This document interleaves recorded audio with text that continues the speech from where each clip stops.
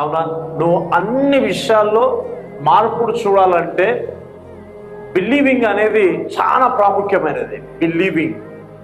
Believing నమ్మడము, దేవుణ్ణి నమ్మడము, దేవుని వాక్యాన్ని నమ్మడము. ఆ పరిస్థితుల్లో, ఆ ఇబ్బందుల్లో, ఆ కష్టాల్లో, నీ దినచర్యలో ప్రతిరోజు దేవుని మీద ఆధారపడడం, నమ్మడం అనేది చాలా ప్రాముఖ్యమైనది. అవునా? ఒకవేళ if you are not believing, నువ్వు నమ్మకపోతే కనుక, నువ్వు ఒకవేళ ఏమైనా సన్నగిలితే ఏమైపోతుంది అంటే యూ కెనాట్ గెట్, నువ్వు దాన్ని పొందుకోలేవు. అవునా? ఏం నమ్మాలి బ్రదర్ అంటే సింప్లీ బిలీవ్ గాడ్. దేవుని ఒక్కనే నమ్మాల నువ్వు. ఆమేన్, హల్లెలూయా. దేవుని ఒక్కనే నమ్మాలా.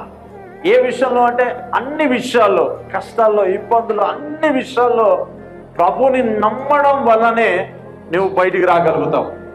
అంటే బ్రదర్ మరి ఇన్ని రోజులు మరి మాకు లేదా అంటే, నేనంటాను మీకు లేదని నేను చెప్పడానికి లేను ఇక్కడ. నీకు ఉంది, దాన్ని సరి అయిన రీతిలో మొదటి నుంచి అంతం వరకు కూడా నీవు గట్టిగా పట్టుకోవాలి. హల్లెలూయా. ఎందుకంటే నీవు దిగజారిపోవాలని ఇష్టపడట్లేదు కాబట్టి, బయటికి రావాలని నువ్వు అనుకుంటున్నావు కాబట్టి ఇంకా గట్టిగా పట్టుకో, ఇంకా నమ్ము. Only believe. నా లైఫ్, నా జర్నీ, ఈ పరిచర్య ఎలా పోతుంది అంటే ఓన్లీ బిలీవ్తోనే పోతుంది. ఎందుకు తెలుసా? పిలిచినవాడు రక్షించుకున్నవాడు. Praise the lord. అవునా? అందుకని మధ్యలో విడిచిపెట్టాడు. ఓకే, మనుషులైతే మధ్యలో వదిలిపెట్టిపోతారు, కానీ దేవుడు మాత్రం ఏం చేస్తాడంటే టిల్ ద ఎండ్, జీవిత అంతం వరకు ఆయన నడిపిస్తాడు. అందుకనే నువ్వు ఆరంభించినప్పుడు ఎలా ఉంటావో అంతం వరకు కూడా అలానే ఉండాలి. ఒకసారి తీయండి 5వ అధ్యాయం, మార్కు సువార్త 5వ అధ్యాయం 21వ వచనం. ఈ సందర్భం చాలా బాగుంటుంది. ఎన్నోసార్లు వింటూ ఉంటాం కానీ చాలా బలాన్ని ఇస్తుంది మనకి. మరలా దోణ ఎక్కి 5వ అధ్యాయం 21వ వచనం. ఓకే, జన సమూహము ఆయన యొద్దకు కూడి వచ్చి ఆయన సముద్ర తీరమున ఉండగా సమాజం మంత్రులు అధికారులతో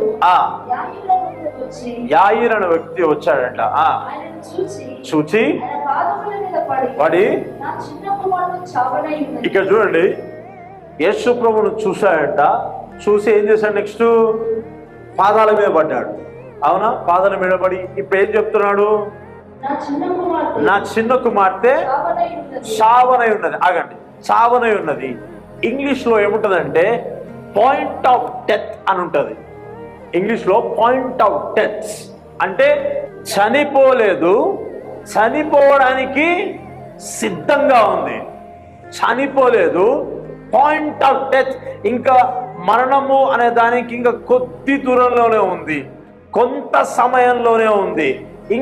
ఇంకొక 10 నిమిషాలు లేదా ఇంకొక గంట, లేకపోతే ఈ రోజు అనే రీతిగా పాయింట్ ఆఫ్ టచ్ లో యాయిరు యొక్క కుమార్తె ఉన్నది.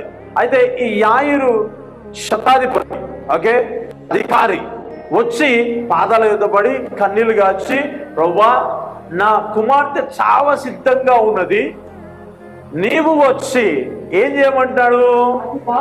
అది బాగుపడి బ్రతుకున్నట్లు నీవు వచ్చి దాని మీద చేతులుంచమని. అవునా?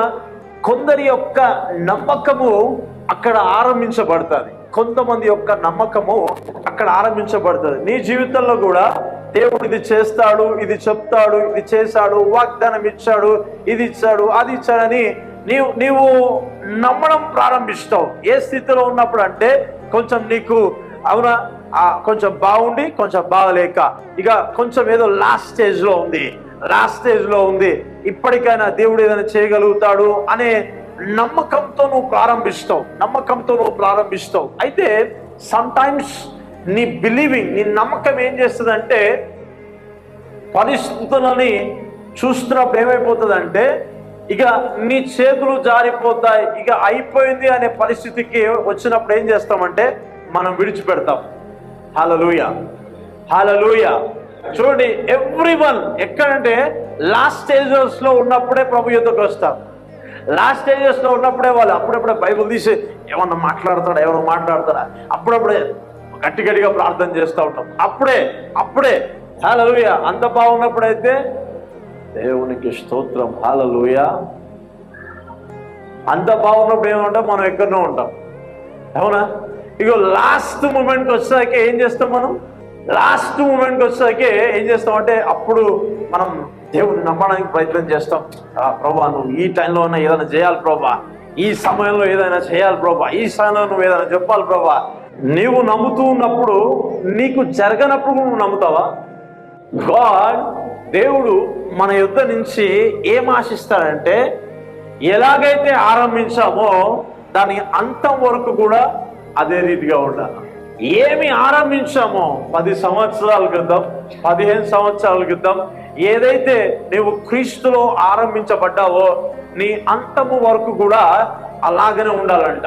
ఎందుకంటే నిన్ను బాధ పెట్టే పరిస్థితులు వస్తాయి, నిన్ను ఇబ్బంది పెట్టే పరిస్థితులు వస్తాయి, అవునా? ఇక నేను దిగజారే స్థితిలో కూడా తీసుకొస్తాయి, మనుషుల మాటలు వస్తాయి, ఎన్నో వస్తాయి.